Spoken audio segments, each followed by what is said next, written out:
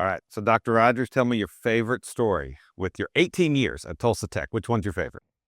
So, I've been at Tulsa Tech for 18 years. I've held all different type of Yeah. positions from when I first started, I was part-time as evening supervisor at the Health Science Center. Okay. And when I started, it was a brand new building, beautiful, state of the art.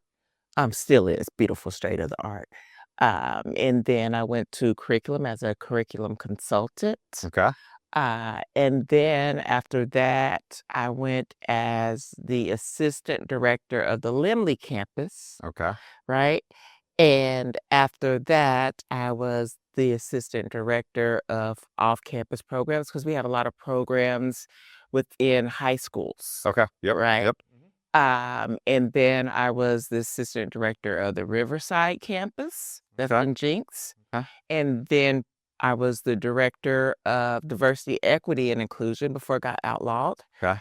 And now I'm the director of student access and success, and I absolutely love that. I love creating situations that give students that typically wouldn't have the opportunity more access, Okay. Okay. right? Yeah. Yeah. Yeah. So I said all that to say, out of all of those positions, Yeah. one of my favorite stories of Tulsa Tech was when I was first hired as the assistant director at Limley campus. Okay.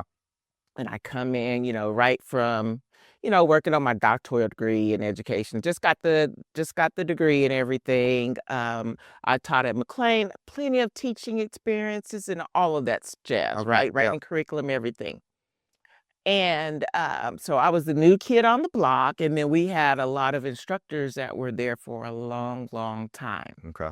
They weren't very excited about me coming over being their assistant Right. director Okay. Yeah. for all sorts of reasons, Yeah. right? Yeah. Yeah. And so one of the things is the main reason why I got hired to be the assistant director is because I trained the whole district on doing accreditation because accreditation visit was coming up, Okay. right? Yeah. So got everybody all trained up. Yeah. And the director that hired me said, okay, I need you to make sure, your first task is to make sure we're ready for accreditation visit so we don't Yeah. get any dings. Okay. Because he was a new director at the time, because he was assistant director. Okay. And then he moved to the I know. director, Yeah. right? Yeah. So I was like, yes, sir, not a problem. I know what to do. I know what it takes. I'm trained. I've done everything.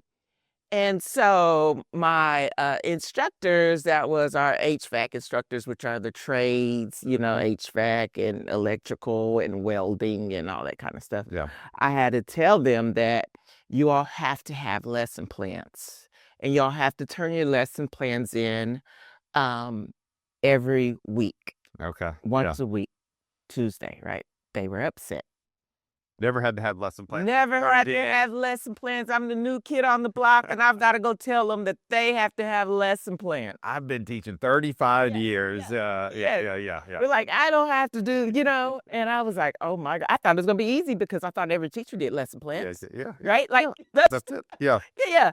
And so one of them come to my office, and this big old guy, right? He comes across the desk, and he goes, I'm not doing my lesson plans, and there's nothing you could do about it. I've been doing it this way, like this, all this time, and I'm not doing it, Yeah. right? And so I looked at him. I mean, he came across the table, like, I mean, he's towering over me, and I'm sitting down. Yeah. And I look up at him, and I said, okay, well, that's interesting. I said, well, your lesson plans you're gonna email them to me, and they're gonna be turned in every Tuesday. I said, but the thing is I'm gonna come and help you with those, Okay. right? Yeah. I said, I'm an educator, by school, by, all these things that I've done, and that's my job, is to help you, Yeah. right? Yeah. You are a professional at what you do, right? You're an HVAC instructor. I would not be able to take an air conditioner and install it just by looking at an email or written instructions, Yeah. right? So I don't expect you to do the same thing. Yeah. You're the subject matter expert on that. Yeah. And I told that to his colleague as well. Yeah. You're the expert, not me, but I'm the expert on helping you get this lesson plans together Mhm. and getting you all organized, right? Yeah, yeah. And getting whatever that so people could actually know and see what Yeah, you're doing, yeah. right? Yeah. And he just stormed out and he left and he felt bad, Okay, right? okay. So he went to the director and he said, "Well, how much trouble am I in?" And the director said, "Well, what did you do?" And he told him, he says, "Well, did you apologize? Did you?" He goes back down there and he comes and he apologized. I'm like, "Okay, I'll see you Friday." Because I wanted to, so I'll see you I'll be down there Friday, you Yeah, know. yeah. And after that, he went on up to his place, and the next day, so happened to be Friday. I go up there and I've got these heels on, you know, click, click, click, click, and they're like, "Oh, here she comes," you know, click, click, click, here she comes, here she Yeah, comes. yeah. And every week I was consistent Mm. in helping them put together their lesson plans and all that. Yeah, yeah. And at the end of the year, they came and told me how glad they were that I helped Okay. them. Yeah. They took me to lunch, Okay.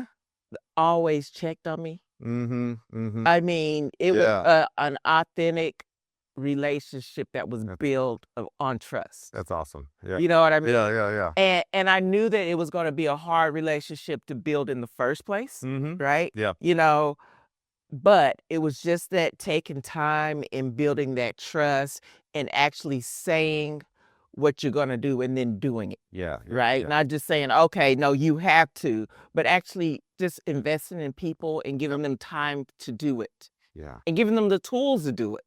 You Yeah, know? yeah. And so it was just an amazing experience for me. The director, he couldn't believe that that happened. You know what I you know?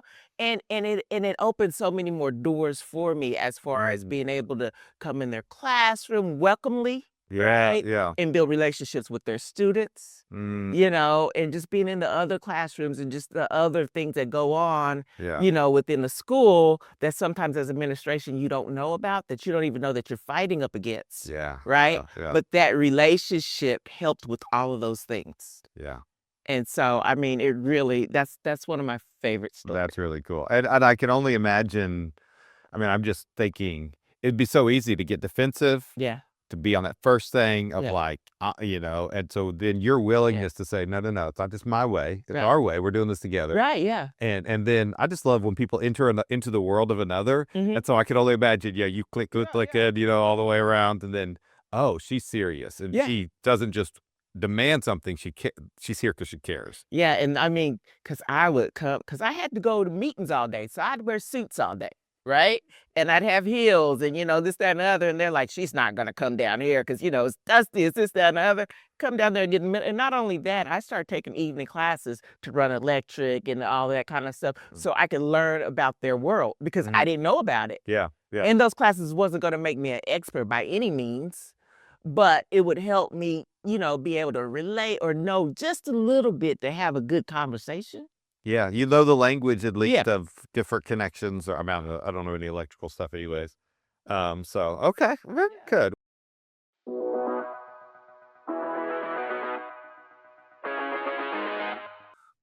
Well, this is a treat. My interview with Dr. Tamecca Rogers.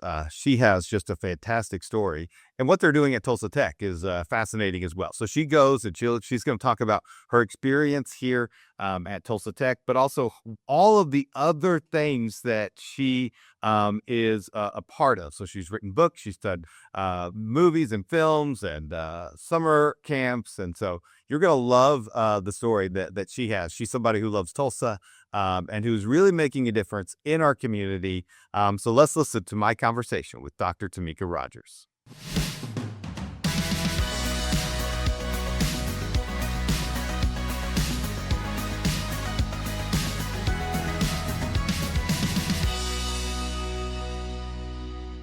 Well, let's talk about Tulsa Tech because we're in Leadership Tulsa together, Yeah. so I got to go to the Tulsa Tech, the Mhm. North Campus, You went to Peoria campus. Peoria Yes, campus, sir.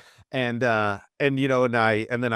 not far here from the Midtown campus. I don't know, is that the That's Limley Limley campus. campus? It's on 31st and Memorial. There's a Riverside campus, Yes, that's in Jinx, and then there's more, right? Owasso and Sand Springs, Okay. and Broken Arrow. So 6 campuses Yes, for sir. Tulsa Tech. Yes, sir. And I think probably now, if when I think of Tulsa Tech, and this is, I mean, again, a world I haven't really been involved in, I typically think of like the trades until like last month when we were there. Yep. But, you think about the HVAC or the Yeah. welding or Yeah. these kind of basic kind of trades. So what would people who don't know anything about Tulsa Tech, what would they be surprised to learn that Tulsa Tech is doing for our community or is involved in that they would just be like, really? That's Tulsa Tech? Like a lot of times when people think of Tulsa Tech, and especially like if you're older, different older generations, Mm-hmm. they think of VOTech because that's what it Yep, was, yep, right? yep. VOTech, vocational traits, Yep, yep. right? And our system has changed to be career tech. Okay. And then we have several career techs all over um, Oklahoma. Mm. Lots of them, Yeah. right? Tulsa Tech is one of the biggest one in Oklahoma with all the campuses. Not to mention that we have several programs on different high school locations within that. Still Tulsa Tech employees, but we use their high school space, and then it makes it easier for the high school kids to be there. I should have double checked, but I'm pretty sure my son, who's at Edison, Yes. in the Tulsa Tech class right now. Yeah. Fundamentals of Technology. Yes. Sound right? Okay. So Yeah. okay. Yeah. Okay. So yeah, he's So those are the things that prep. So usually people think either or. Kind of like what Mr. Gardner was saying when he said, how you said, no, this is for the other kid, not the kid that's going to college, right? This Yeah. is for that other kid, right? Yeah. No, right? Now, it can be for the other kid, not saying that it can't be, right? If that's what they desire. But for me, I always say Tulsa Tech is an and, Okay. right? Mm-hmm. And it gets you ready. You have your trade and you can go to college. It's not preventing you from doing anything, Nope. right? It's just giving you more skills. Yeah. One thing that we have pre-engineering. Okay. So classes like that, we have a health science center, which is all medical with radiology, LPN, dental assistants, pharmacy, you know what I mean? So we have a plethora of different things. So it's not just like your hard trades where you're just doing your electrical work, all that type of stuff, welding and things like that. But what I love about it is our pre-engineering students go down and work with electrical and all that type of stuff. So we always we cross-reference a lot of the things to see how they fit and how you Okay. could work together as a team. Yeah. You know? And they're not just a theory in a classroom. Oh no. You got to get your hands You dirty. dive in and your hands on. I just visited our biomed program. Okay. Those kids are super smart. I mean, so they were teaching me. I got in there, they had the brains out, like literally brains. Like, I don't know whose brains it was, but they had brains out. They're cutting it, and then they're, telling me about all the pieces of the brains and all. Yeah, right? I try not to be like that. I would say that would be like, I'd be a terrible nurse or doctor because I'd pass out and throw up. So, it's like I could not do that. Me. So I was in the Navy. Okay. Right? Yeah. And everybody told me I wanted to be a medical doctor. And so that's what I went to the Navy for, to be a hospital corpsman, which I went to Naval Health Science School, did all that jazz, right? And once I got stationed in 29 Palms, it was time to work, right? I give the Marine a shot with the bevel wrong, so it's down, so that means it ridged. Blood shoots out everything. Guess what Tamecca does? Passes out. I had no clue. I hated blood, pus, smells, all of those things.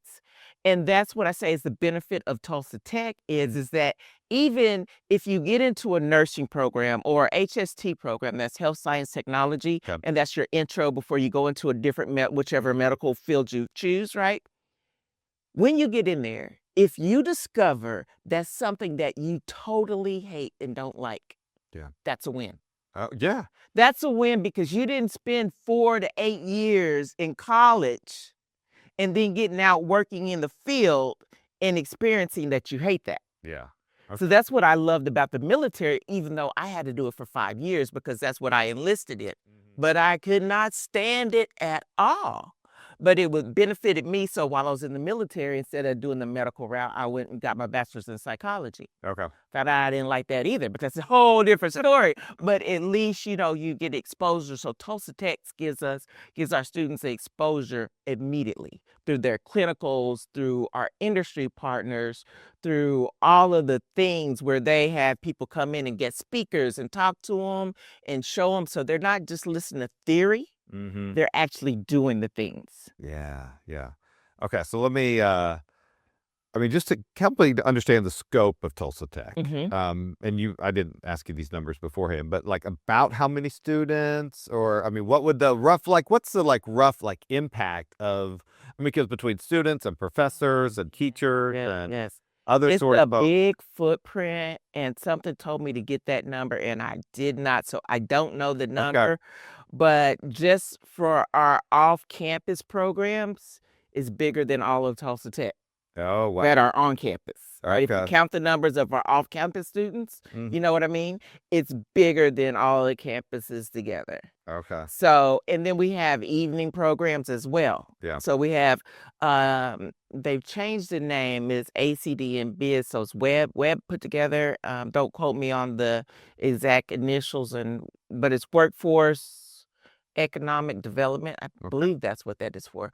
So we have those classes, and those classes could be anywhere from, teaching you about electrical, like not a full-time electrical program, but you remember when I told you I did the electrical? So I was in one of those classes Okay. in the evening. Yeah. Anything from that to cooking to designing flowers, all types of things. So we have plenty of things that's in the evenings as well. So that's our part-time students. Okay. And then we have our full-time programs as well. Okay. So it's a huge footprint.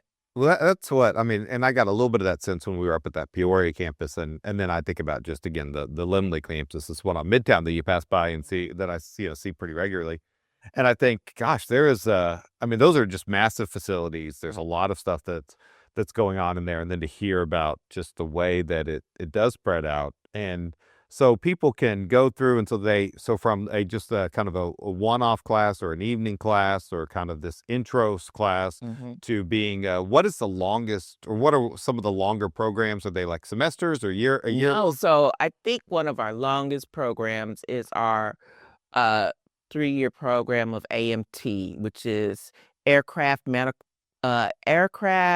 mechanical technician. Okay. And that's at the Owasso campus, and it's a 3-year program. That's probably one of the longest ones that we have. But I don't it's because of high school. Like, if you're in high school, you have to come a year after, but I'm pretty sure I think that the adults program might be 2 years because they could probably go all day. Okay. Don't quote me on that. Mm. But high school kids students rather, come 3 hours a day. They either come AM or PM. Okay. Okay. Yeah.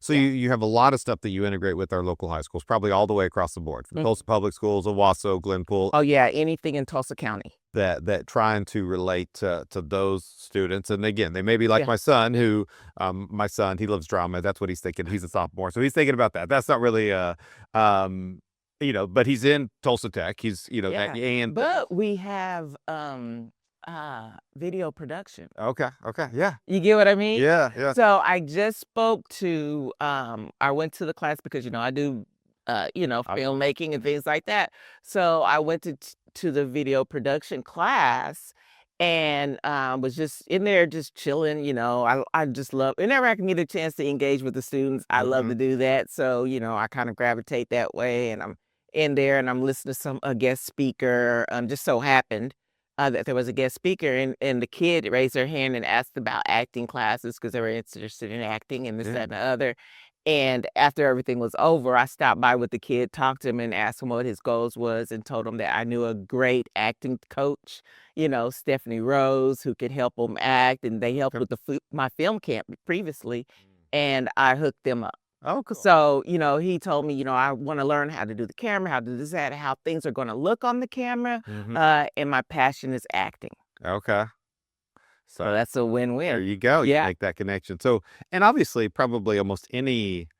I mean, these careers intersect all the time. I mean, the medical profession Yeah. will always have people that'll be doing there. I mean, AI will replace some jobs, but it's hard to imagine, when there's a problem with an air conditioner, somebody has to Yeah. get eyes on it. But Somebody has here's to the know what to thing do. too, is AI is only as smart as their programmer, Mm, yeah. right? So I always tell a lot of my friends, or especially in the film industry, they don't want to be replaced by AI and all those things. I always say, well, you can't be replaced if you're an expert at it. Yeah. Right? So it's kinda like, people didn't want anything to do with the, digital stuff and digital film and all that type of stuff, And then when they didn't learn it, it went out of business, and then, where you at? Like Kodak, Yeah. right? Yep. So then what are you gonna do? So you can't wait for it to end before you start integrating that. So in my film camps, Okay. I have a requirement for students to put a component of AI in there that makes Really? it look real. Have Okay. it look real, and people have to guess what's AI. A lot of times they can't, That's fascinating. but the students know how to put that in. So a lot of instructors, a lot of adults, they're like all anti-AI, right? But my theory is, if we're not teaching our students AI and we're not teaching them correctly, Mm, they're going to be left behind. yeah. Yeah. No, I mean, yeah, my role, I'll use AI sometimes to Yeah. just help me think through things. That Yeah. my latest thing has been like, I'll just ramble. I'll have some situation. I'll just ramble and be like, help me organize my Yeah. thoughts. And I'll be like, this is amazing. But it is like, how do we use the tools? How do we teach people to use Mhm. the tools? And that's always probably been the nature of a trade or a vocation. Yeah. There's a new tool, and it's only as good as what you know about it and how the people can use it. So I want to get to film camp here in just a second. Let me ask another Tulsa Tech Mhm. question, which is, what would workforce development? Mhm. Why do these like career techs matter so much, and why does it matter to Tulsa that we have a strong, career Right. tech program? It matters to Tulsa, especially when we're talking about economic development, Okay. right? For one thing, a career tech course, like we have a drone course, Mm, that's really amazing. That's teaching you how to make, prepare, uh, not only make, but troubleshoot, make them, fly them, do all of these things, right? And if you notice that Oklahoma is trying to be the drone capital of the world, okay, right? There's not too many programs where you can go and get that type of training. that's pretty cool. You Yeah. get what I mean? Hmm. So Tulsa Tech and career tech in general has the pulse on the workforce, on what the workforce needs, Okay. right? That's how programs are created. Mm. You know what I mean? So with that in mind, we get kids ready and we get them ready. I'm sorry for saying kids. We get students ready and we get them prepared for the workforce. That's our whole mission, Okay. right? For them to be successful in the workforce. And a lot of trades that we're having, like our HVAC trades, our masonry trades, construction, especially plumbing. They need plumbing. Plumbers are getting paid more than people with master's degrees. Mm. How long is the plumbing program? Just a couple years? Yeah. Yeah, like 2 years, Oh, right? yeah. Or a year. It just depends on like which level you're at. Mm. But they're making more than people with higher education. So I said that all that to say is that a lot of the people that are in our trades, um, are either retiring and then we're not replacing them. We Mm. can't replace them fast enough still. Wow. You know what I mean? And so that's where Tulsa Tech, career tech in general, is stepping in and helping, with and they said need in the workforce, we tackle that Okay. and get the students prepared. We make programs that are relevant, Mm-hmm. and try to get them out Okay. there. So there's this ongoing nature then with, okay, this is where the career tech world is really that kind of first place where, okay, hey, drones, okay, this is something, Mhm. when I lived in the Oklahoma City area, Mustang, Oklahoma, for a few years, and like there was the there was a lot of aerospace stuff. I Yep. mean, there was a lot of aerospace stuff there. Mhm. So they were doing a lot of stuff in that world because that was the need. That was Mhm. the workforce, and people could provide for their families. They Right. could do meaningful, helpful work for the community. And it was just a really good thing. And so you got one ear on the ground Right. of companies and individuals, Yes. and then also, okay, what are the big trends Right. kind of moving on? So what Career tech, 5-10 years. Mhm. Like what's going to look different about Tulsa Tech in the future than has been in the past? I don't know the answer to that because it depends on, in my opinion, um, where we're shifting to. Okay. You know, I have a feeling it's gonna be more AI Mm, focused. Um, and if it's not, then we might have to reassess that. But mm, that's another thing is like it just depends on a whole lot of factors when you're doing your programming, what the industry is saying. okay. You know what I mean? Yeah. So I'm not sure Okay. 5 years from now I couldn't answer that That's fair. correctly. But I do see like there's a lot of AI involved. And for as Oklahoma, there's what I'm seeing, there's a lot of film stuff coming to Oklahoma. Now, I don't know, like with Tulsa Kings and, all of those things. And the Lowdown just Yeah. got another season and all types of things. And then we got a new rebate from Tulsa too. So our incentives are stacking up as well. I don't know if they're gonna get onto that trend or not.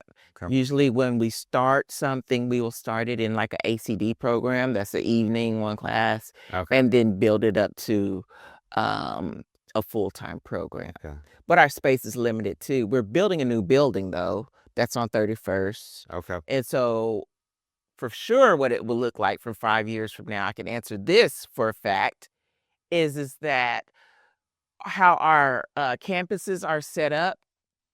Like, we have, like, Jinx, the Riverside campus, it's mostly aviation and media, Okay. right?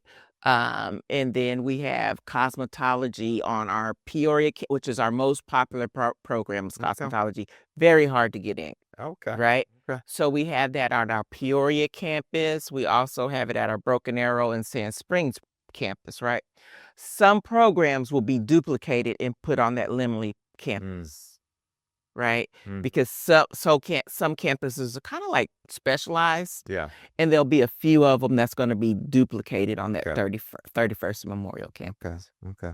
As those things grow. So cosmetology, and I mean, again, it's a world because I mean, I did kind of Mhm. the traditional college, Yeah. grad school, all that kind of stuff. So when somebody applies to Tulsa Tech, Mhm. yeah, what are the entrance qualifications? I mean, my joke about, cosmetology, I mean, again, I don't know much about it, but like, do they have to show a sample? Do they have to show an interest? Do they have to show an education? Like, No, what are no, the we things? get kids right from high school. Okay, okay. So if they have an We interest, we have high school programs. So what we're looking at when we're revamping our application process as we speak. okay, But generally, they have to have good grades. So if you're in cosmetology, if you want to get in that program, you need to have an A in your A in and A in your English and your math class, okay, and you need to have done a tour of the program okay, so you can get your full 100 points. okay, Right? In previous years, it was essay questions and things like that. They kind of like took those out, mm, and now we're revamping the whole process. So as of this year, okay, it's your grades, and then you make sure that you do a tour of the program. okay. Yeah. So Interesting. no experience or anything like that because we're going to teach you all there. Mm-hmm. We're going to teach you right there. Yeah. And if there's an adult who wants to join in, Hmm. I mean, then obviously, if I'm So, if I'm 20 years and I did a profession and mhm, for whatever reason I'm looking, I just mhm, want to do something different. right. So you still have to do your tour, Okay. and you have to have your transcript. Okay. Hmm. Okay. And then you can do that. Okay. Hmm. Hmm. All right. So you've Yep, been all sorts of stuff there at Tulsa Tech, but you do other things. I do. You won some award. What award did you just win? I saw something on LinkedIn. Yeah, so I just won the Woman of the Year Impact Award. So what is that? Tell me more about that. So what it is it's you get selected by your peer, somebody nominates you. I don't know who nominated me yet. Okay. I've been asking around and everybody is telling me no, right? That they didn't. And I was like, wow. Okay. But you get nominated by your peers and then it goes over into a committee and then they decide if you actually qualify to be that person. And it for the Women of the Year, it's the impact that you make within your community. Okay. So uh, I'm making an impact. It's awesome. It's so cool to be. Well, congratulations Thank on you. that. Thank you. And so you do your full-time job is there Yes. at Tulsa Tech, and then you're in the film world. You've written a book too, I've right? written 10 books. Okay, So I've okay. got about 10 children's books out. I'm working on one now. Why children's books? Oh, well, so me and my son, we started in when we got locked in the house together for COVID for almost a year. Y'all remember those times? Oh yes, yes. And so I was like, well, I'm either going to get fat by eating everything in the house or become an alcoholic by drinking wine every day. And I was like, I'm not going to do that. Right. Yeah, yeah.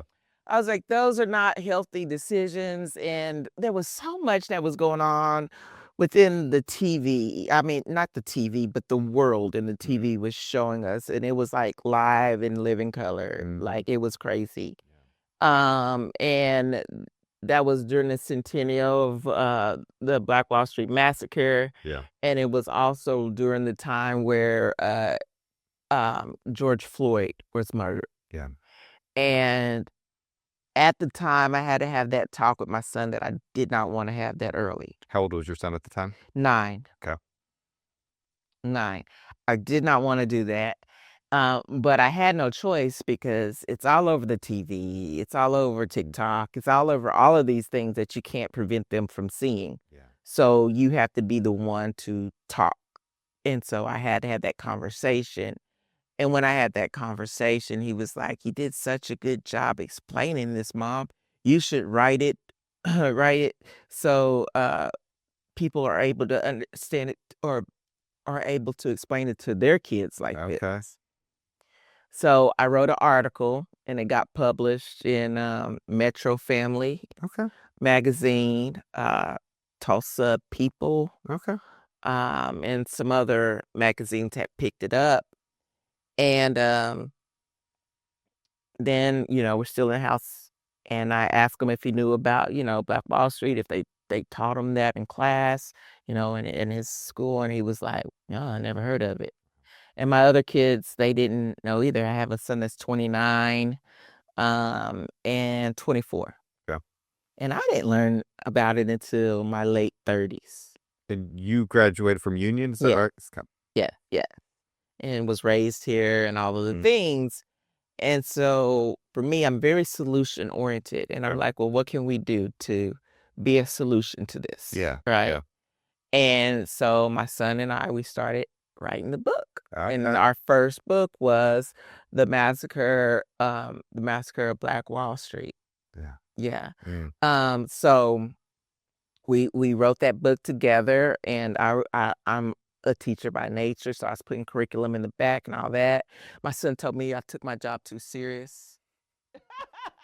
Everything doesn't need a curriculum and all. Oh, that's funny. Yeah. Yeah, but I did. So to offset his comment, because I do listen and I take it in, I put some coloring sheets in there There you too. go. Okay. Yeah. Yeah. Some coloring sheets, some curriculum. But yeah, our first book was A Promise Deferred, The Massacre of Black Wall Street. Okay. And then we just started writing different books. And you said, why children's books? Because I believe that when you pour into our children, amazing things happen. Yeah. Sometimes as an adult, you're already pretty jaded. Not saying that you can't undo some of the jadedness that you have. Not saying that. Yeah. But I think with young minds, you can really help, and they're open to listening and learning, and they're like little sponges, and they care and they know.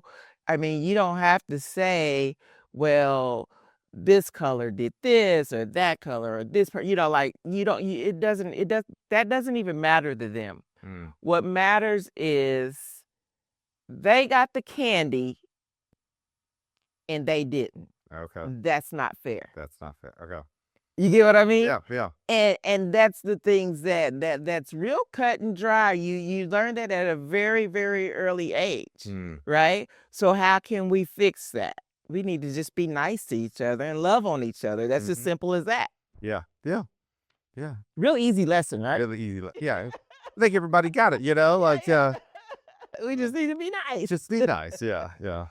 Well, and I do, and again, I think from an educational standpoint, the power story, Mhm, the power shared story, to be mhm. able to share that, a way of, letting, if it is candy, right? Mhm. Like, yeah, there's a way to do this. Yeah. This is a human thing, not a Right. not anything else. And then to understand some of the differences, that we can have, Mm. and lean into those Right. to be able to do things. So your son's probably about 15 years old now ish. Yeah, So he'll you're be kind of 15 next month. I will say my oldest is 16. I have another one who's 13, and so it's just wild, like It's crazy, ain't it? what they're doing. Yeah. Now I imagine I mean, our sons probably have a lot of things in common. Uh-huh. But I mean, when I'm watching 2020 and seeing what's happening with George Floyd Yeah. and other things, I'm not having the same conversations, Right. some of the Right. same conversations with your son. So Right. what would be something that, just as parents, I should Mm. know about your son's experience or your experience as a parent that I may not have? Right, right. Um, the things that I told my son is the main thing I want is you to come home. Okay. That's it. I Mm, want you to come home. Now, some people don't ever say that because mm, they don't think through that lens, right? yeah, yeah. I want you to come home. There is a wrong way to be right, Okay, okay. right? Mhm. You could be right and still be wrong. Yeah. Okay. You get what I mean? Mhm. That's not a battle that you need to fight. You let me fight that for you, Okay. Okay. right? So you don't argue. You keep your hands on the steering wheel, Mm, right? yeah, Before they get to the car, you push record though, right? yeah. And you keep your hands on the steering wheel and you say, yes, sir. No, sir. Mm, That's it. okay. The whole goal is just to make it home alive. Yeah. And that's what I have to say. And I said, it doesn't matter because kids, um, when they're right, they're determined that they're right and they're going to tell you how they're right. You know, Absolutely. yeah, Yeah. yeah, that's what they have in common, right? Yeah, Absolutely. yeah, Yeah. yeah. They're gonna tell you you're right and why they're right. You get what I mean? And so, no, it's okay. It's okay to be right and wrong at the same Okay. time. Yeah. Yeah. Thank you. Mhm, Yeah, because my son, I mean, he turned 16 a few months ago, and so he's driving, which is terrifying. mhm, And yeah, I mean, we talked a little bit, but it wasn't like I didn't tell him to press record. I did tell him to be respectful. I mhm. did tell him Yeah, some of the yeah, things about, like, don't argue. yeah, But again, I wasn't thinking I just want you to come home yeah. is not a regular fear that I have as a parent as it relates. I mean, I'm worried about, him getting on the wreck on the BA trying to Right. get on, but Yeah. that's not And that's horrible that. trying to get on that. Oh my gosh. Yeah. Yeah. For a skilled driver. For a skilled driver, and we live right around here, and so we're the Harvard exit. Yeah. So it's like, let's Oh, try to yes. find another way to get around. But again, I think learning these things, and Mhm. so you do these children's books to Yeah. help kids and help parents too. I think that's the Yes. other great thing about, Yeah. again, a good story translates Mhm. up. Yeah. It is really a powerful thing. And then you also do films, right? Yes, sir. So tell me, again, all I know is you do films. So tell me, like, what kind of films do you do? What do I need to know? Okay, so the first film I did was a documentary and it's called Crown. Okay. And I do things based off of my So experiences and Crown, things like like that. CROWN. Yes, Okay. sir. And it's on Amazon, Tubi, and other streaming platforms. But I did the documentary because I was trying to get legislation to pass the Crown Act, which means that people could come to school and work as their authentic self without being prosecuted Yeah. away the way they're wearing their hair when they're wearing ethnic hairstyle, Mm. such as the one that I have right now, Okay. right? Okay. Um, So what you're wearing right now yeah, at some time was not allowed? yes. For instance, no, I wouldn't say not allowed at work, right? Because they can't say that, but it might prevent you from getting a promotion or selected for something and all that jazz, right? And it will prevent you from actually getting the job if you show up to a job interview like this, right? Okay. Okay. And then as far as for students, for instance, on cheerleading teams, they couldn't wear their hair like this. Okay. You get what I mean? Mm-hmm. So just different, even private schools. We had a private school here that would not allow them to wear their hair like this. Okay. So the whole documentary is about, you know, showing up as your authentic self. And when you're able to do that, how you could pour into others. Okay. You know what I mean? And how you look should not prevent you from being the best person that you can, from getting the promotion, Yeah. from getting the job, Mm-hmm. all of those things. Yeah. And just having that conversation about it. Okay. So that's what that documentary is about. And plus, usually when I do my documentaries, the legislation is what I'm trying to, because I don't want to just do a film, right? I don't want to exploit the situation. What I'm doing is I'm trying to fix the situation. Yeah. So it's kind of that solution sort of mindset. Yes. So again, Mm-hmm. the storytelling should build to a conclusion, Mm-hmm. that opens opportunities and for people to experience better opportunities, to experience Mm-hmm. better life, to be able to be themselves and show up in this way Right. without being counted. Oh, Right. I mean, yeah, because of how Yeah. you're wearing your hair, you're not. I'm going to look at that and think, oh, you're not eligible for this Right. thing I'm looking for. Right. Okay. Right. And so with that, passing the legislation that goes along with that. Mm-hmm. So that was what I was doing there. And then also have a few short films. I have an animation called Tamecca and Her Magical Crown, where her hair is magical. And then also with my film camps, all the kids come out with a little short film. That's awesome. And we teach them everything from pre-production to post-production. And these film camps, do you do them like every summer Yeah, in Tulsa? I do one every summer. Okay. From ages 9 to 18. Okay. And they come in and they don't know anybody. They don't know, and I separate them in different groups, and they rise to the occasion, and they become their own film crew. We have someone on lights, someone on sound, someone on camera, set deck, Okay. makeup. They didn't even realize, like, special effects makeup. We teach them how to bleed, all of the jazz. So it's a wonderful camp that I love it. The reason why I love it is because, we have sports and we have band and things like that, but there's also the kids that's in, that don't like any of that. Mm-hmm. You know what I mean? Yep. And it's like those people, they found their place. Yeah. And just to see that this summer, like one of the kids that I had, I call him Action Jackson, and he loves it. And he's autistic, and his mom was like really concerned, saying that I've never left him by himself. And he was one of the youngest one in the camp. Okay. And we'd never left him by himself before. And I was like, well, I said, I totally understand that. I said, but what you could do is you could either stay here in the room right there, Mm-hmm. or you can sit at the table with them, or sit in your car, whatever you want to do. You don't have to leave him. Okay. Yeah. And he looks up at her and he says, Mom, I'm okay. I like it here. He's like, I like it here. This is great, That's cool. And she's like, well, I'm just going to sit in the car for a few hours, if you don't mind. If there's anything that goes on, just let me know and I can come in and help.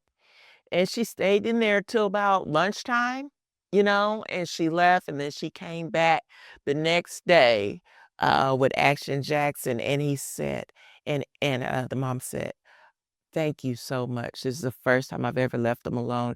And he said that he had the time of his life. Oh, wow. And he made sure that we were here early. They were 40 minutes early.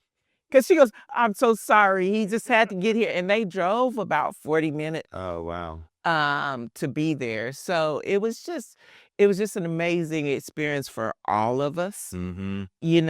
and just the camp, it just genuinely, we just have all different type of different artistic students, like just love art. Mm-hmm. You know what I mean? And sometimes their brain and their thought process works differently, and it's brilliant to see them at work. Yeah. So it's like when you find that love that you just love, and you grow into that, and you lean into that, and you're encouraged, and people give you the tools for that, it's just amazing. And so that's what I've been loving out of the camp. And Action Jackson, everywhere. I mean, he's like, Dr. Rogers, what are we doing next? Dr. Rogers, when is the next camp? And so it's just, if you just take one thing, and that's how I do my whole life, even on Leadership Tulsa class, right?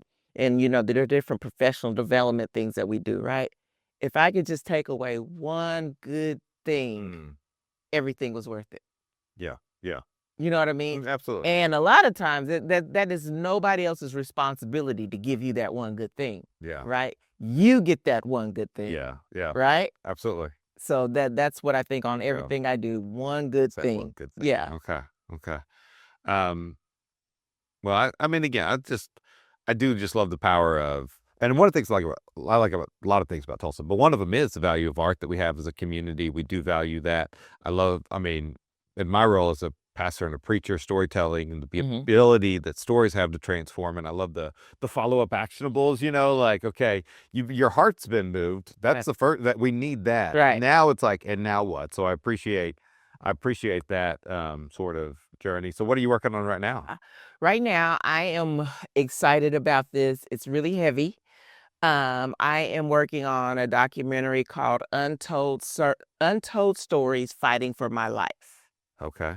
And what that is about, so Oklahoma is actually now we're number 2 or 3 in women incarceration in the world. For the last 2 years, for a long time, we've been number 1 Mm-hmm. in the world of women incarceration, right? Yeah. And then we're number 1 in the nation in domestic violence, Okay. right? So what I am doing is putting together a documentary about the Survivors Act. Okay. So in 2024, legislation was passed for people who were abused through domestic violence Mm-hmm. to get a reduction in their sentencing. Okay. All they have to do is say, have the proof that they were abused. That's what the statute says. Mm. That was passed in 2024. Since then, only one person has been able to be relieved their sentence for it Okay. because the judges are interpreting it the way they want to interpret it, right? Mm-hmm. For instance, on the young lady that I'm researching now, her name is Taisha Long, and the judge said because her story was inconsistent that she doesn't qualify for the Survivors Act, and that's not what the statute says, right? Yeah. Yeah. So we're taking all that information, Okay. um, getting all the court records, doing all of the things, doing the research, and putting together a documentary called Untold Stories. Okay. And that's going to be the first one that we research is Taisha Long and her story and about trauma-informed decisions and how the judge didn't inform the jury to consider being trauma and things like that. Okay. When you have inconsistent stories, right? You just went through a huge trauma, right? Yeah. Yeah. And how does that look? And how does years of abuse put into that? She had like protective orders on this guy, and other ladies had like 4 different protective orders on them too. She's got 27 years in jail for first degree manslaughter, and the minimum amount of time is 4 years. So how did you come up with this number of 27? And then not qualify her from the Survivors Act. So we are digging into that. We'll have a podcast, and I don't know, like about probably monthly podcasts and stuff like that, something that we can be consistent in because everybody is so busy. Yeah. But we will have that because I wanted to go on past that. And I'm also working on that legislation that's already there for the Survivors Act, but make it more concrete where there's not wiggle room that if we say that they can use their prior abuse, domestic violence, that it doesn't have to be right when the incident is happening, Okay. right? And then other factors don't have to be involved if you knew how trauma worked and being trauma informed. Yeah. Okay. Well, I mean, I mean, yeah, we've been number 1. I guess we're happy we're number 2, but, or 3 or whatever we are. But, I mean, that just seemed like that's been around for a long, long time. Mm-hmm. And so, yeah, to be able, and I think, being able to put a face and an actual story of somebody who experienced what sounds like years, if not decades of trauma. She was 17 years old when she met this guy, and he was 30 years older than her. And I mean, and so she's in this situation. There's a power dynamic that's certainly at play. Right. And get caught up in this wheel of trauma. You get caught up properly isolated from her family, from friends. I mean, all sorts of stuff that's happening to her. And so, yeah, she needs somebody to advocate for. Yeah. And and then for this, I mean, I think probably we'd all agree that we don't want to be at the top our governor says we want to be a top 10 state, but we don't want to be a top 10 state in this. We're top 10 for all the wrong reasons. All the wrong reasons. All the wrong reasons. And And so- that's what we need to change. And so if we can do this, and again, I've learned a lot about trauma over the past probably 5 years, and I still have a lot to learn. And, Yeah. and so I think us continuing to learn about that, to do that, to shine that light, to help us to understand.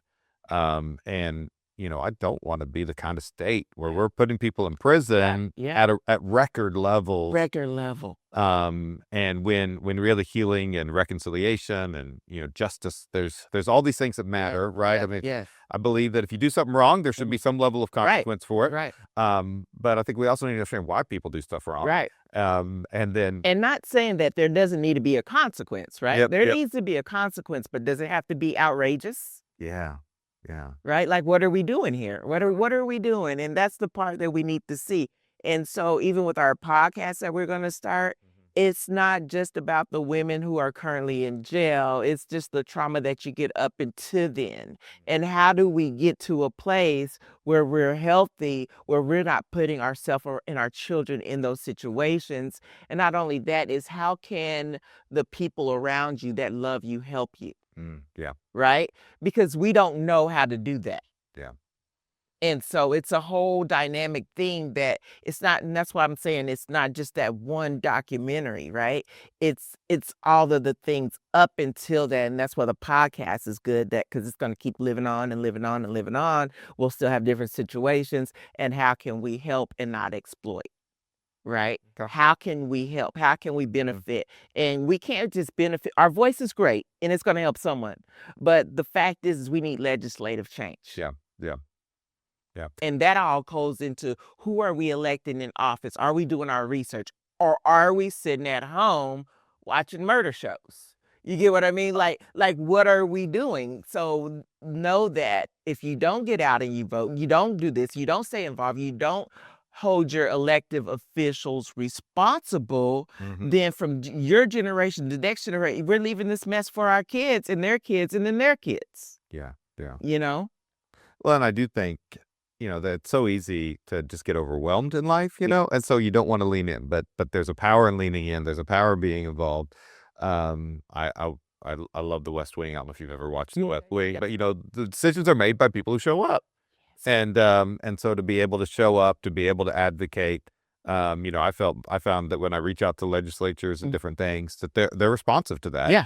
That we can make a difference by letting our voice be known, especially on a more local level. Yeah. I've always found city officials more receptive than, Yeah. I mean, the further out you go, the Yeah. harder it is to break through. But we have a chance. That's part of what I like Right. about Tulsa, is we have a chance to know each other, to tell stories, to advocate for each other. And it's just about showing up. And I understand about getting overwhelmed, because I can get overwhelmed and totally shut down. Yeah. I will. But it only lasts for like a day or two. You get what I mean? But that's, to me, that's a healthy balance. So you have to have some type of balance, because the stuff that's going on now is heavy to a lot of people on all different levels. But you still cannot just be like, okay, I'm not going to engage in that, because when you don't engage, then the things are happening to you, even though you thought that it was never going to get to you in some shape or form. Then it starts happening to you, and by that time it's too late. Yeah. And so that's the thing is you have to have a healthy balance. You have to, like, for me, my balance is to sometimes I just unplug everything and don't even worry about it. Like, you know what? Let it burn. I'm not doing it. Yeah. But the other thing is I write about it. Okay. So that's why I have so many books. It's like my therapy. Like I just write, I journal and I write. And the question I ask myself is, so what is within your power that you can do? Okay. That you don't have to ask anybody else for help for? Yeah. What can you do? If that's something that you can do, Yeah. and if you don't do it, then shame on you. Yeah. And so that's how I look at everything. And then I call legislators, I go lobby, I go do all of the things, because that makes me feel good. And even if I'm not heard or blown off or whatever, right, I'm still heard, because they're going to still think about it a little bit. You know what I mean? Like this girl came and told me such and such, you know. So, you know, even sometimes, and I've been talking to people, and that's why I use my Facebook a lot as, you know, telling people this is what you can do. This is what, you know, this is not right. So then you need to go do this, that, and the other, right? Yeah. Sometimes people genuinely think that they don't have a voice. Yeah. Yeah. But if they realize that, you know, in District 1, like over there in North, like where we were, right? Only 1% goes out and vote. 1%. That's wild. So if you go out and everybody gets out and vote, you could change the dynamics of things. But people think that their voice isn't heard and their vote doesn't count. Yeah. Yeah. I mean, and that discouragement, and I'm sure there's more into that of just like, you know, what it is what's it like to live in a world in which you feel that way. And then how do you, I mean, and that's one thing I appreciate about you is your willingness to speak your voice and you're wanting to do that and be a model for other things. So I'm going to turn to your story for a little bit, cause I'm curious. I'm just going to pick an age just for fun. 12-year-old, when you were 12, what did you imagine you would be doing? I was going to be a writer and a famous actress. Okay. Why was that? Well, I believe I was watching Whoopi Goldberg. I don't think I was supposed to watch her comedy special, but I think it was her comedy special. She had a towel on her hair. She was talking about her long, luxurious hair, and it was like a funny bit and all that kind of stuff. And we just used to play in the mirror and act like that. And I took all type of drama classes and all that type of stuff. And me and my friend Aaron, in elementary, instead of recess, we would go on the playground and write poems. I still have the poems to this day. Oh, wow. Yeah. That's awesome. It was so funny because I seen her.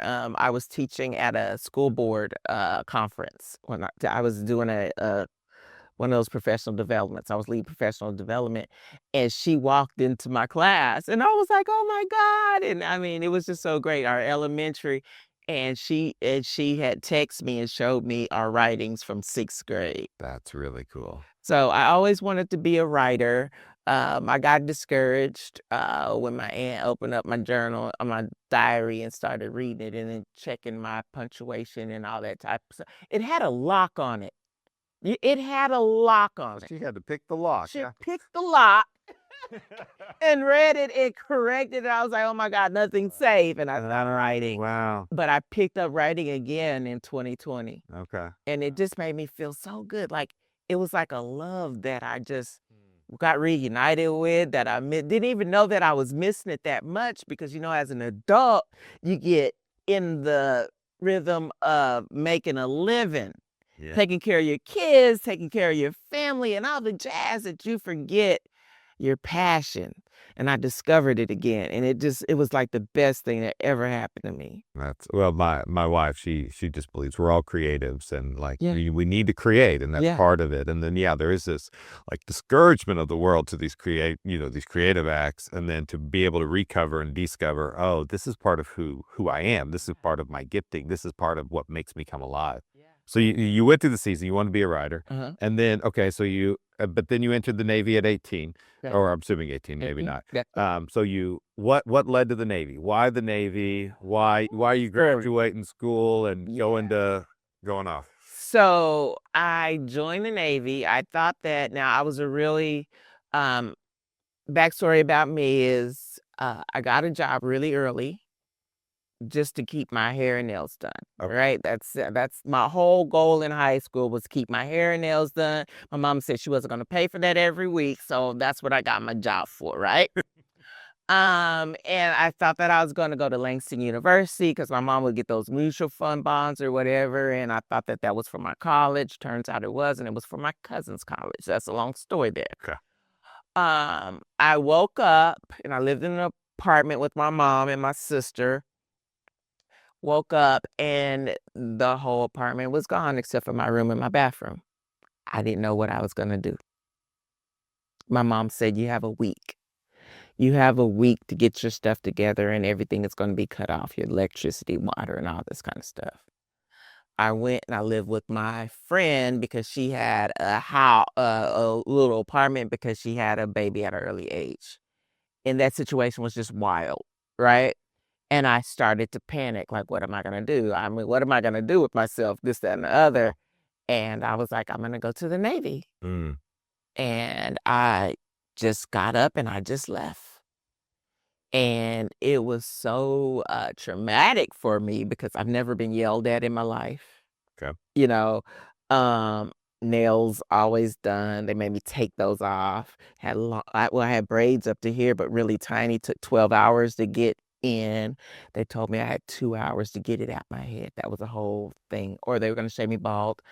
I know that was for a fact because they shaved 2 other girls bald that was there. So, that was a whole ordeal, but it was literally the best thing that ever happened to me. Okay. You know what I mean? Mm. Like, things happen for a reason and you're hurt behind it because you don't understand it, right? I didn't understand why I woke up like that to an empty apartment. What did I do as a kid to deserve that? I made straight A's. I worked. You know what I mean? I was in acting class. I did all of the things. So why did I deserve that?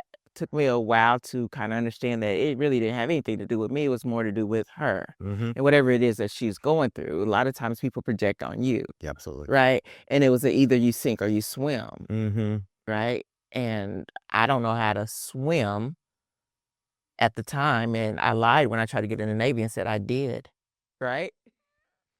And in boot camp, that was the whole thing is you had to jump from 20 feet in the air down to 20 feet of water, and you're supposed to take your dungarees, which is your pants, and put them over your head and make them a floating a not a, parachute. And by the time you get down to the water, you make it a floating device, and you come up and you float. I never got hollered at, right? They started hollering at me, telling me to jump, and guess what I did? I jumped and I sank all the way to the bottom. I figured they wouldn't let me die, right? Yeah. That's what I was like, oh well. They said I literally felt the bottom of the pool, and they came in, they saved me and said, Rogers, why you didn't tell us you didn't know how to swim? And so at this point they put me in swim lessons, right? Okay. Yeah. It was nice because those people in the swim lessons wasn't my drill sergeants, right? And they were nice.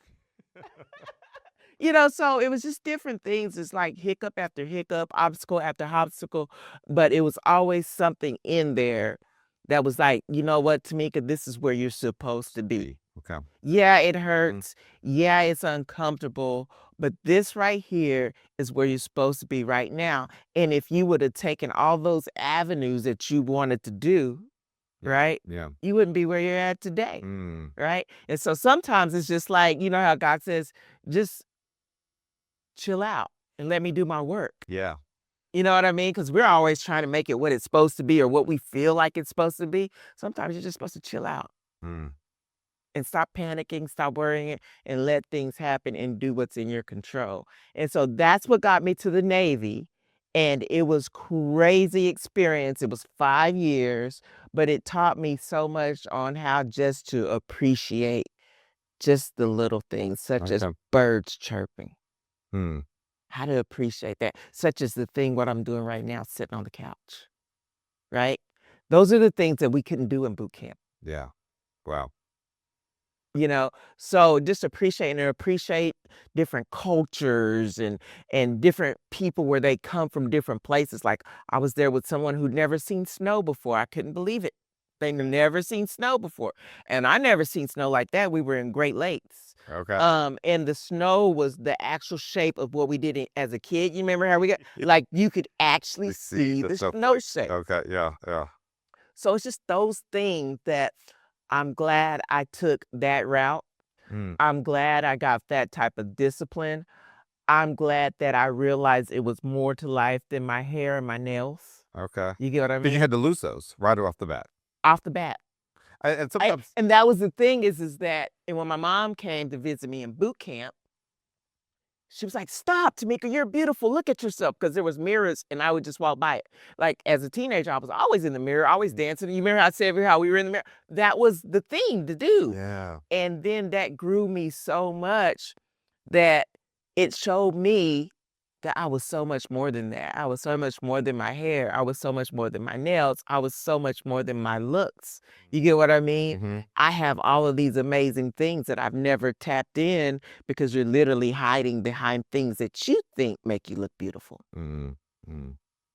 Yeah, I think, I was listening to a podcast of some sort, and there are some things we can only learn through losing that we can't lose through gaining. And there's an education of gaining. And obviously, like, I mean, you're a doctorate. I mean, you've gained a lot, but some of these, some of the most important lessons of your life Yeah. have been through losing. Yes. And I think we're so afraid of losing anything, right? And that's one thing that just as I'm reflecting here, maybe this is my one thing from today. It's just we're so afraid of losing. But sometimes just life happens when we let go, when we Yeah. lose Yeah. the identity parts of us. Yeah. It's like, wait, I never saw myself in that way. And Yeah. what a gift your mom gave you Yeah. to say, look at the mirror, Yeah. in that mix. Wow. And my saying is always this is sometimes you have to lose to win. Mm, I like it. Sometimes you have to lose to win. Mm-hmm. And when you lose, did you really lose or did you win? Yeah. So it's all about your perspective and how you think of things and then how you move from there. And that's how I always been. But my mom was genuinely worried about me. She thought I was broke. You know what I mean? She's like, look at yourself. And I was like, what is the big deal? Because I didn't even realize I was doing that. Okay. I didn't know I was doing that. Mm-hmm. It was just natural. Like when you're in boot camp, you don't have time to look at you. Actually, in boot camp, there's no mirrors. Thank God. But there's no mirrors and there's no privacy. So like even in your showers, it's like a car wash. Okay. Right? So like if we use this room, for example, there's like shower head, shower head, shower head, shower head, shower head. And everybody's in at the same time, just cycling around. Right? Yeah. There's no doors on the bathroom. There's nothing. There's no privacy. There's no time to do your hair, nails, or anything like that. Nobody even cares because everybody is looking the same way. Yeah. Yeah. So it's just those things. But she genuinely thought that I was going through a serious depression. Okay. And I just didn't even realize that I wasn't doing those things, but I had changed. Those things weren't important to me. Yeah. Well, so you kind of went through this fire kind of experience, and then you came out, did 5 years in the Navy, got a degree in psychology. Yeah.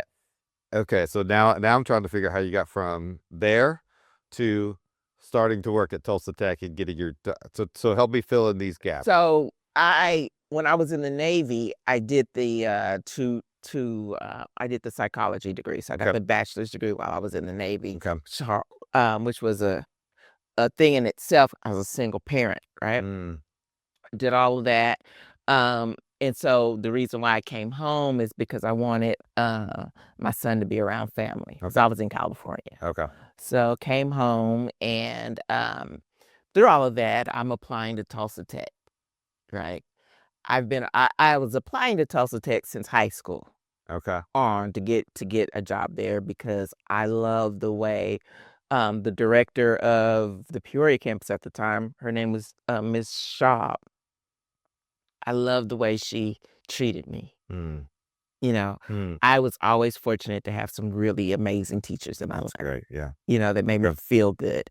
And she was just an amazing person. And I just loved the way I felt, and I loved the way the teachers were there. Okay. Right? Yeah.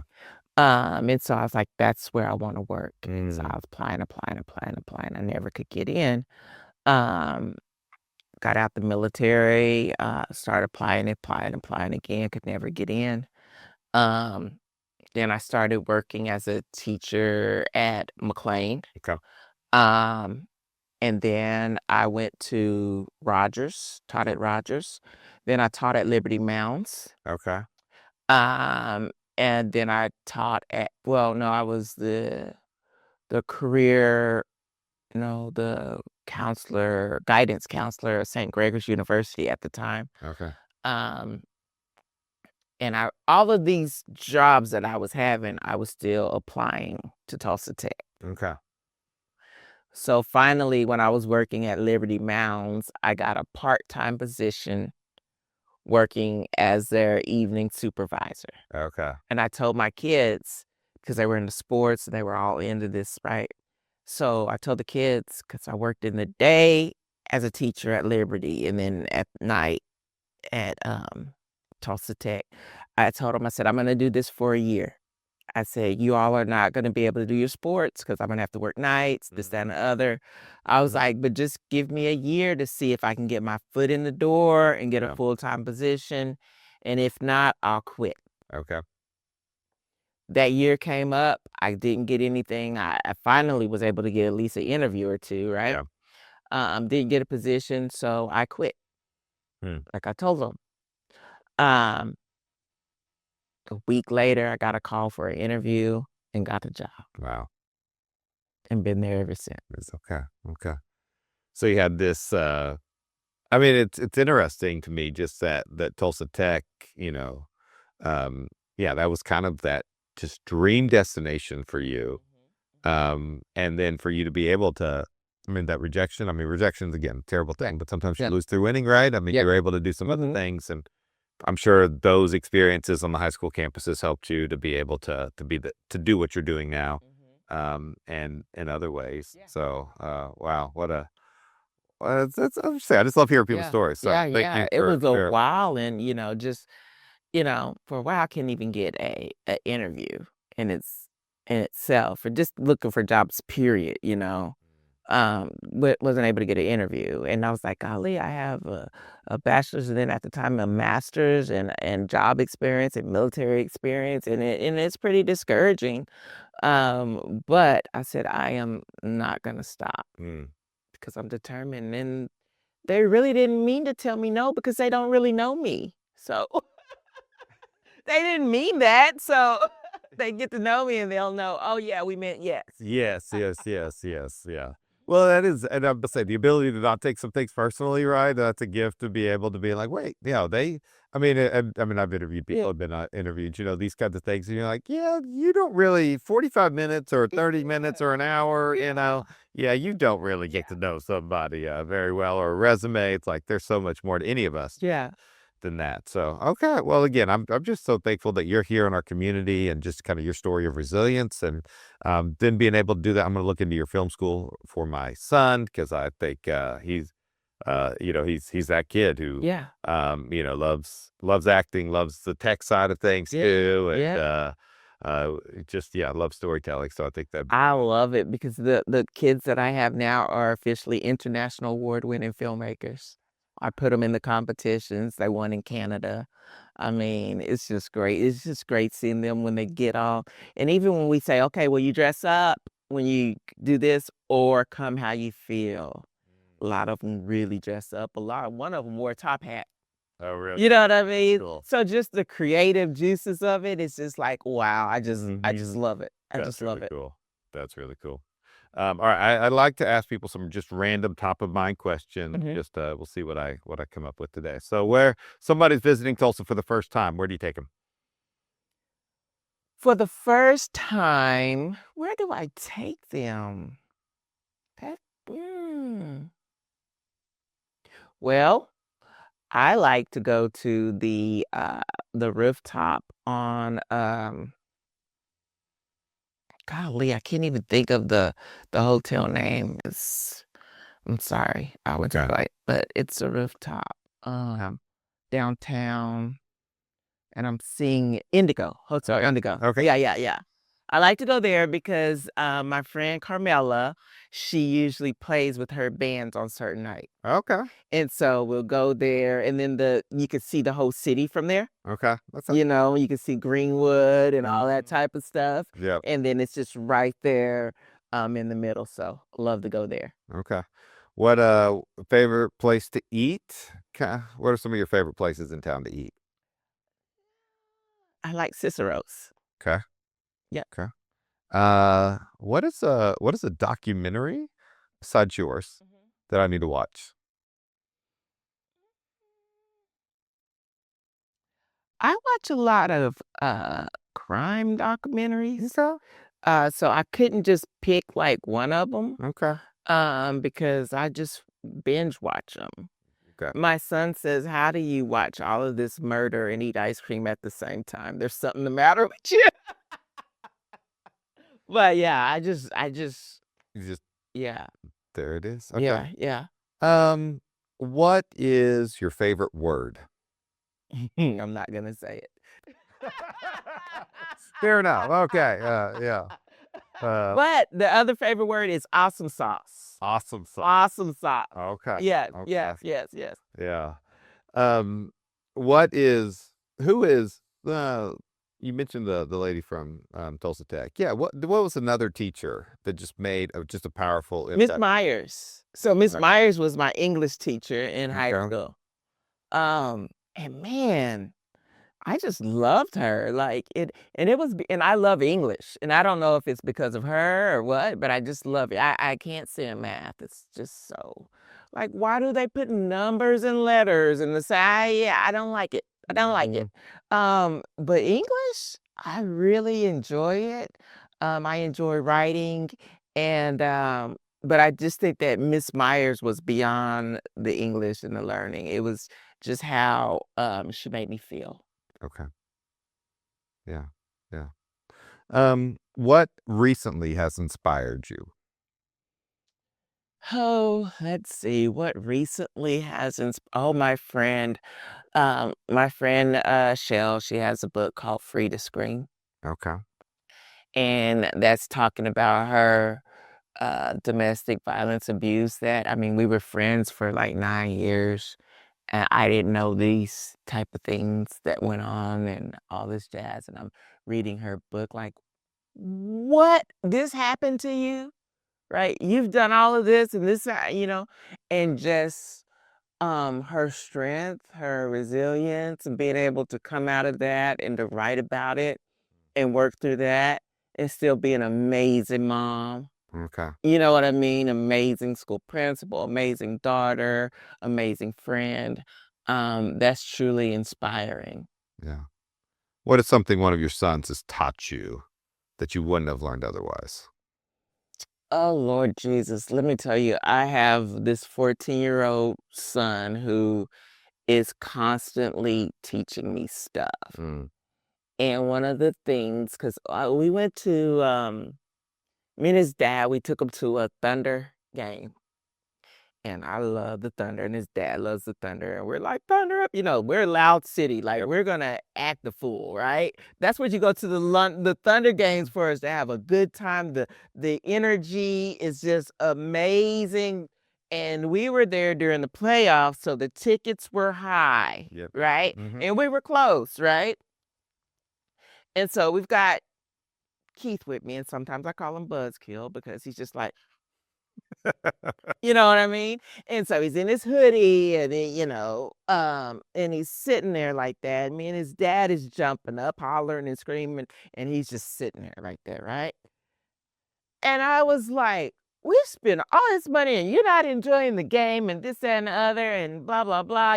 This was after the game because we were just giving them the stank eye during the game, Mhm. right? But we don't have time to let that kill our Yeah, joy. we got stuff Yeah, happening. yeah, yeah. Too. And so when we get the next day, because it was really late when we got home. So the next day when I woke up and I went and talked to him and I said, we're not gonna pay for your ticket anymore if you're not gonna go and have a good time.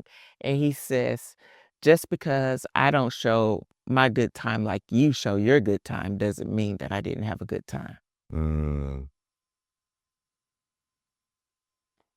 I was like, oh, okay. I can take that. I can That take, yep. yeah, yeah. Okay, I understand that, but I still need a little bit more. But that's still, I mean, I really received Mhm. that and took Yeah. that in, you know what I mean? Like, just because you're not super hyped about something like I am, and like I show it, doesn't mean that you're not enjoying it. Yeah. Okay. That's good. That's good. Yeah. I must say, being a dad, being a parent is just like, oh, yeah, you see the world differently. Yeah, yeah. That's wild. Good. And I don't understand. 'Cause So, I'm looking at you look like you're bored. You look like you're not having a good time. hmm, yeah. Yeah. But there's something in there that, Yeah. yeah, that sort of different. And because he went and he put it all on his Snap, you get what I mean? He was talking about his friends, you know what I mean? Hmm. Yeah. He's in, experiences his world in his way. Yeah. Yeah. And there's a delight there. Yeah, and looking at us crazy for getting up, hollering and screaming. Well, I like to end with this question. So, when was the last time you felt most fully loved? Ooh. The last time I felt fully loved, well, I don't know that we can say a last time, right? Okay. Because I feel fully loved all the time, Mm. right? And it's mainly because I don't seek my love from outside sources, Okay. right? Yeah. So it was cracking me up when we were trapped in the snow days and everything like that. And Keith was like, "Are you bored? Aren't you bored?" I'm like, "I'm having the time of my life." Like, I literally get up, turn the fireplace on, and dance. Doesn't have to be any music on it. I mean, I'm having a ball. And I love that I came to a place to be able to accept me fully. Mm, I don't know when that happened mm, because it hasn't always been there that yeah. way, Yeah. but it's like a full love and appreciation Okay. for me. Yeah. And, so I constantly feel it. I constantly feel it, and I constantly go by that, and I mean, when I wake up in the morning, I'm like, "Girl." Like, you know what I mean? Like, "Girl." And it's just amazing, and I was even saying how it's amazing, that I feel this way, and I love that I continue to feel this way. Okay. So it's a blessing. Yeah. Awesome. Well, thank you.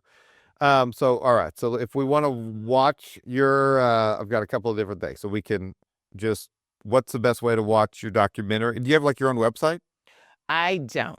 I'm Okay. revamping it right now, but, Okay. the best way to watch Crown that's already out is on, Tubi and Amazon Prime, but the one that's gonna come out in May, Okay.